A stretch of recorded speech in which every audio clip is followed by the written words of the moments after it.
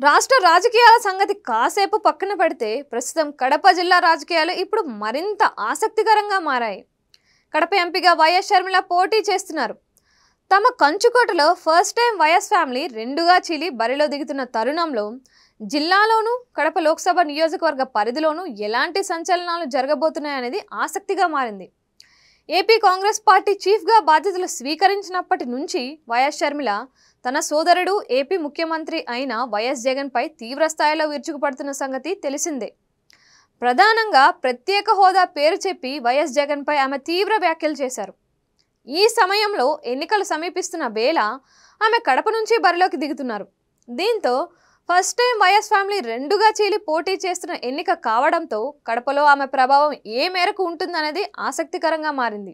కడప లోక్సభ స్థానానికి వైసీపీ నుంచి షర్మిలకు వరుసకు తమ్ముడు అయ్యే వైఎస్ అవినాష్ రెడ్డి పోటీ చేస్తున్న సంగతి తెలిసిందే.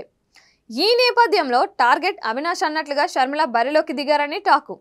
షర్మిల ప్రభావం పార్లమెంట్ పరిధిలో 7 నియోజకవర్గాలపైన పడే అవకాశం ఎంత అనేది ఇప్పుడు ఆసక్తికరంగా మారింది. ఆ ప్రభావం పడితే వచ్చే ఫలితాలు ఒక రకమైన సంకేతాలు ఇస్తే, ప్రభావం పడకపోతే వచ్చే ఫలితాలు మరిన్ని విషయాలపై స్పష్టత ఇచ్చే అవకాశం ఉందని చెబుతున్నారు.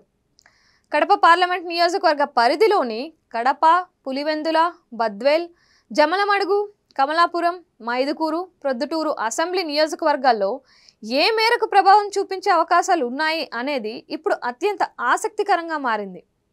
ఇదే సమయంలో ఇక్కడ నిన్న మొన్నటి వరకు ద్విముఖ పోరుగా ఉన్న పోటీ కాస్త ఇప్పుడు త్రిముఖ పోరుగా మారే అవకాశం ఉంటుంది. ఇక పైన చెప్పుకున్న 7 నియోజకవర్గాల్లోనూ పులివెందులలో షర్మిల అన్న జగన్ పోటీ చేస్తుండగా, కమలాపురంలో షర్మిల సొంత మేనమామ రవీంద్రనాథ్ రెడ్డి పోటీలో ఉన్నారు. ఈ నేపథ్యంలో కడప లోక్సభ స్థానం విషయంలో స్థానిక ప్రజానికం జగన్ని కాదని షర్మిలను నమ్మితే మాత్రం ఆ 7 నియోజకవర్గాల్లోనూ వైసీపీకి ఎదురు దెబ్బలు తగిలే అవకాశం ఉందని అంటున్నారు పరిశీలకులు.